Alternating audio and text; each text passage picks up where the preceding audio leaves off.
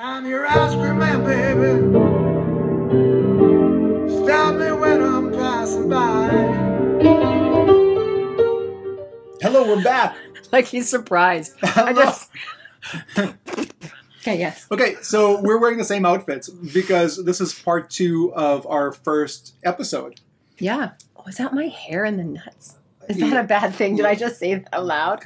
God, you set me up so perfectly. It takes everything for me not to say the obvious. Okay, so we felt like in episode 1, in video number 1, we really set the stage for showing up, what it means to be an artist and live an artistic life and give yourself space.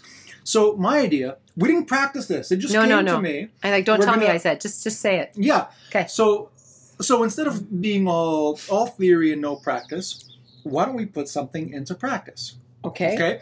And this is something that you might find during an introductory, rudimentary, improvisatory game. Like, for example, if you go to the Groundlings or improv comedy or Second City, your very first class, they may ask you to do something like this. It's also a great party icebreaker. Oh, boy. Or a speed dating. No, don't do this during your speed dating.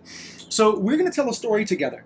So we're in your milieu, right? Oh, great. We're going to tell a story. Okay. Two rules in this story. Okay. I say a word, one word only. You follow it up with another word, and we ping pong. And it's much more exciting with 5 or 6 people round table. That's rule 1, one word each, and we try to unfold the story in the most interesting and unpredictable fashion. And number 2, be considerate of your partner. Don't block put up. Them. Yeah. Say yes. Don't block them. Say yes. No. Keep it open. No stop signs. Okay. Okay. Body's open. Body's open. I have the best feeling. And don't eat ever on Shabbat. Yes. Agreed. Okay, so that was a short example. And you gotta know, how did we know that we need to end it?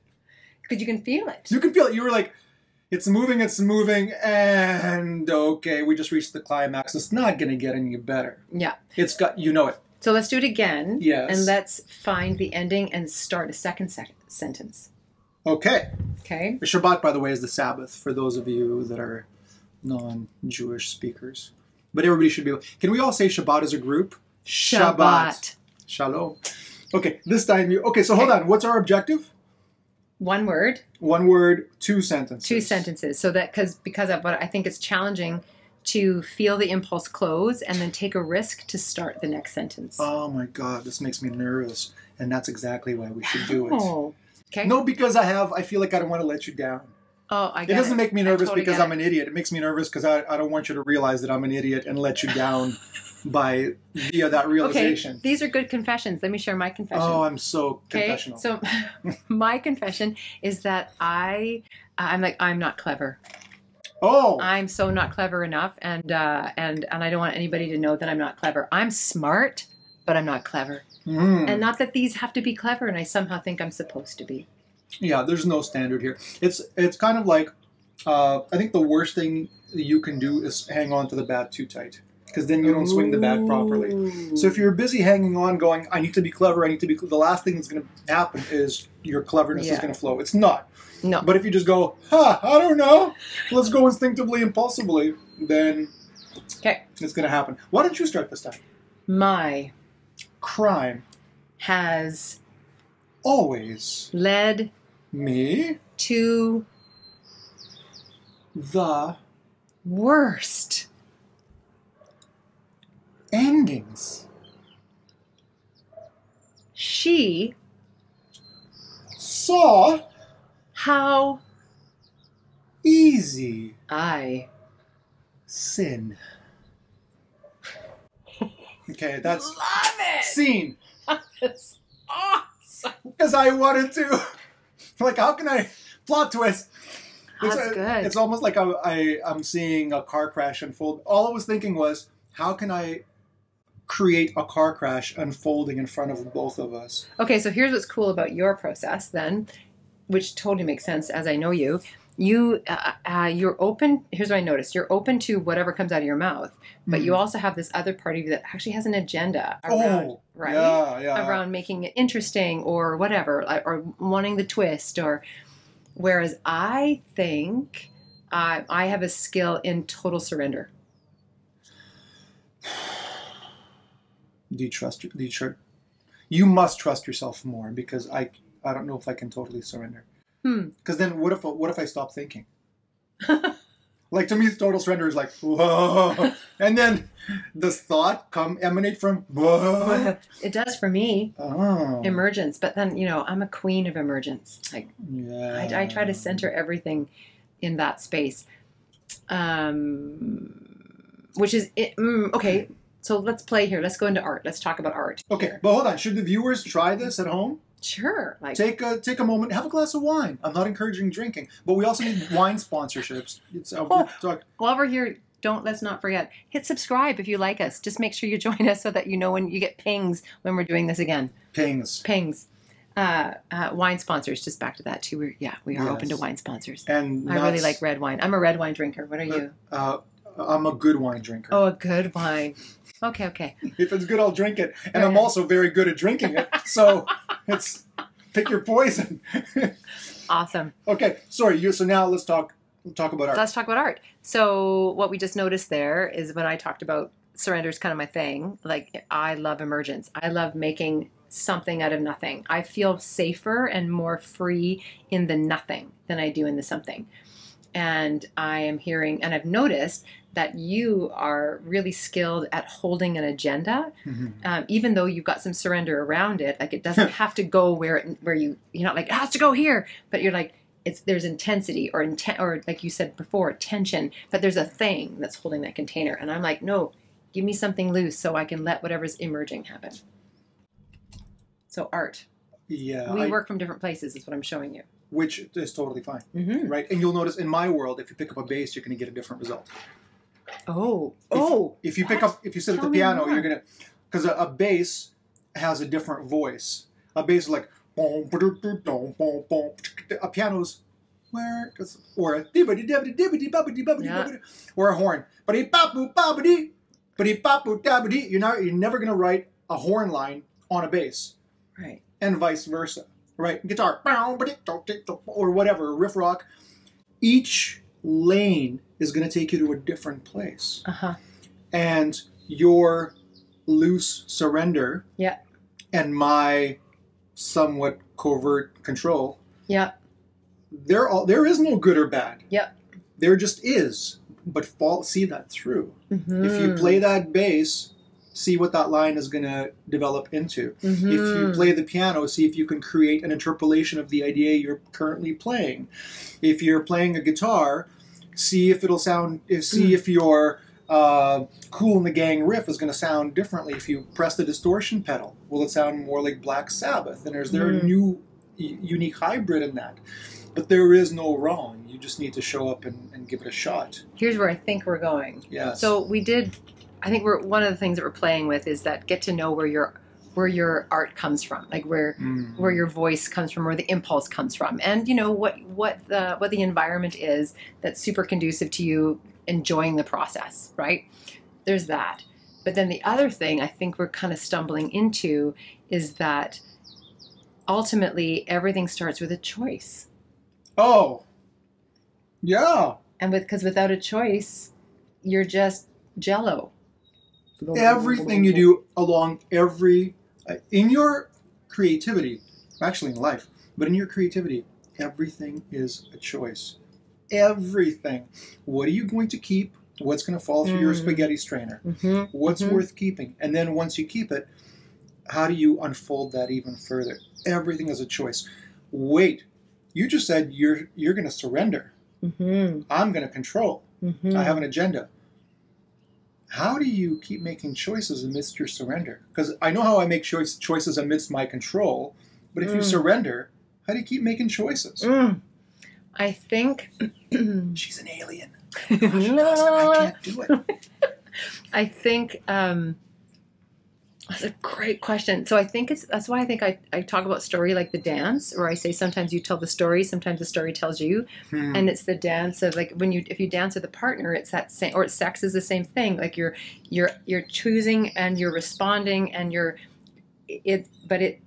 never in one place, you're never in two places at the same time. You're in one or the other, but you're in a relationship, so you're listening. So I think surrender for me is the initial impulse where I'm waiting for that initial impulse to grab me so I know where to go, because I'm letting the story tell me what direction to go. But then when I'm in the story, I am following what shimmers. So I will see the thing that shimmers and then I will choose to work with it.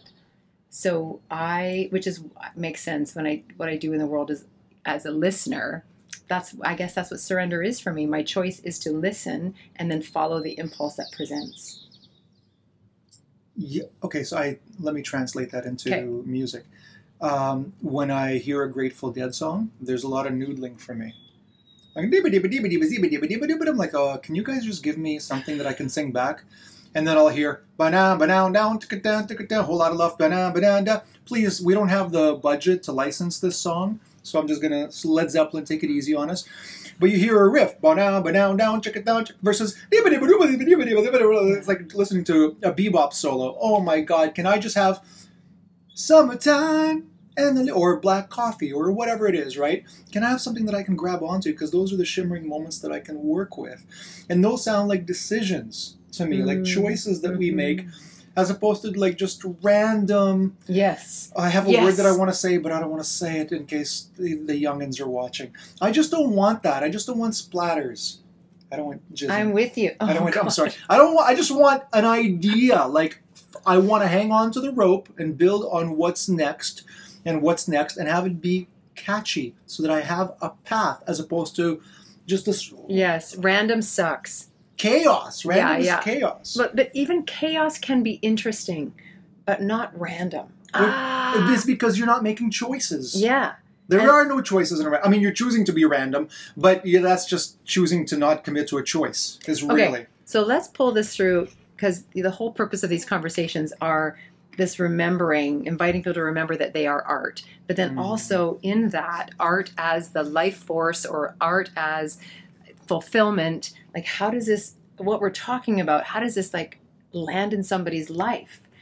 And what I'm hearing here is it's about showing up, which we talked about in the last episode, but this one is like if you're in a place this is where I go with it anyway, if you're in a place of random, which happens, they're usually life in transition. When you're in transition, like it kind of feels like I don't really know where the rope is, like you're saying, everything's kind of happening, but know that the only way out of random is a choice.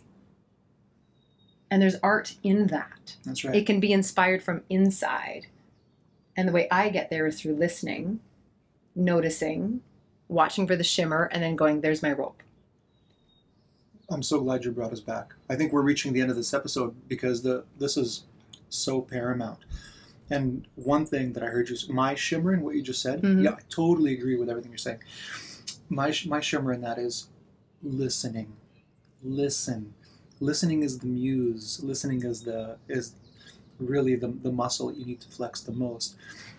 Listen to what you're doing. Listen to what others have done before you.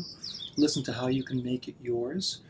Listen to the time in your day when you can be selfish and hedonistic with your creativity.